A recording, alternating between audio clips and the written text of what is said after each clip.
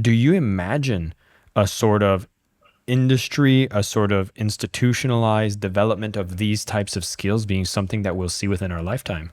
Yeah. There's many people that are working on this in various ways, tangentially, but um, you know, the the a creative revelation is something that you don't go get, you receive it. So there's something passive in it, but you can create the conditions for you to be able to receive it. What I call being in a lucid state, and and there's many people, like I just mentioned heart math. Heart math has been training people to get into heart coherence, is what they call it, for the last 20 years. They have proven that the heart, first of all, sends way more information than the brain sends to the heart, way more, like 9 times more. And that the heart sends and receives information. The heart is the most electric organ in the body, and every electric charge has an electromagnetic field, and the electromagnetic field send and receive information. That's how our cell phones work. The information that the heart sends and receives is intuitive, and they have proven that in peer-reviewed studies, and shown people how they can be, lead more with that organ. There are companies like MindValley. We're teaching people, meta skills and soft skills, how to be creative, how to take risks, how to love, how to leave somebody that you don't love. These are skills, life skills that are important to live a creative life. And so yeah, so yes, I think that education is moving in that direction. Uh, Slowly. Humanity's also yearning for that. Yeah. Well, I mean, you talk about this whole like crisis of artistry and the crisis of vision. It's like maybe it's because there's more access to news, but it does seem like right now it's very hard to find fun things to rally about. And I don't know if it's a question of awareness or it's just a general trend, but by the time we're recording this, I don't know when this is going to be released, but I just saw a giant rocket get caught by a tower, and that was the coolest thing I've seen all year. Yeah, And I'm amazing. not seeing that many things that are really inspiring. For those who don't like I'll be more specific. We saw SpaceX launch their giant rocket and catch it. And like, love or hate Elon Musk, I'm not seeing a lot of people that are doing some crazy, cool, visionary stuff that's actually getting us to rally around creativity and a mission that's beyond ourselves. Yeah, yeah. We, one of the ways to get into this lucid state where you receive a creative revelation, is sensory deprivation. And if you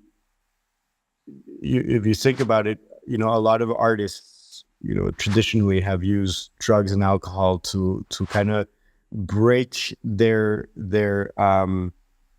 sense of reality a little bit, so that reality becomes a little bit more malleable and they can go in there. I'm not suggesting that people should do that. Other artists like Dali, he would fall asleep holding a glass, and when he on a chair, and when he would fall asleep, he would let go of the glass.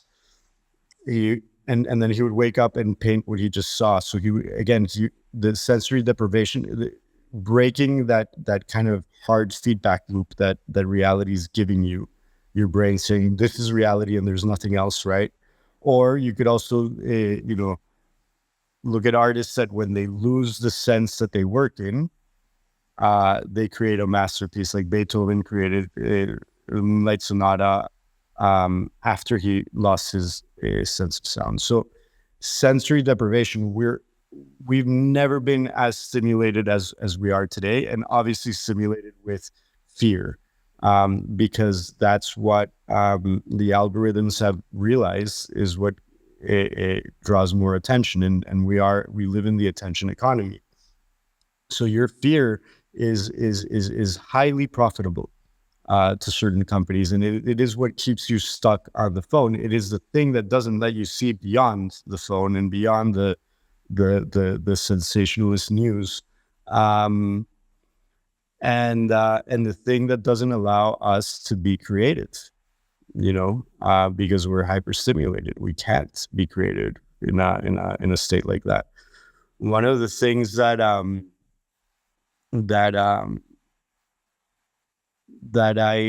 like to experiment with is melatonin.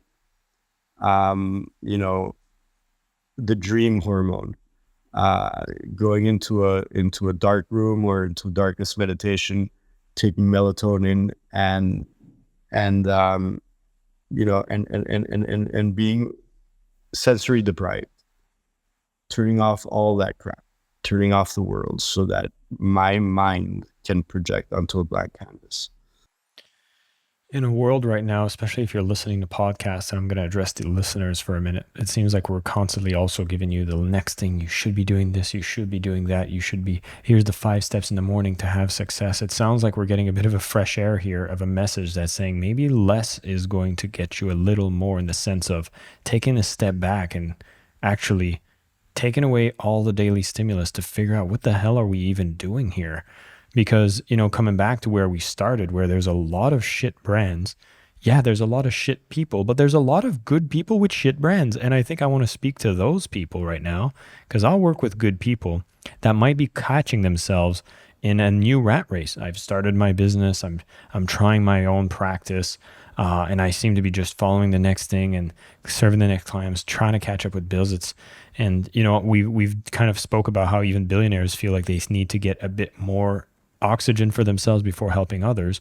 But if I want to do something that's meaningful, I want to build a brand that's giving, I want to have meaning. It sounds like one of the best prescriptions to give people right now is we need to slow down and just retune our senses and realize that we have an innate technology or sense within us that can probably allow us to make some better decisions that we've vastly ignored in this noise. Thank you so much for listening to the Selling with Love podcast. We have some previous episodes you can tune into right here.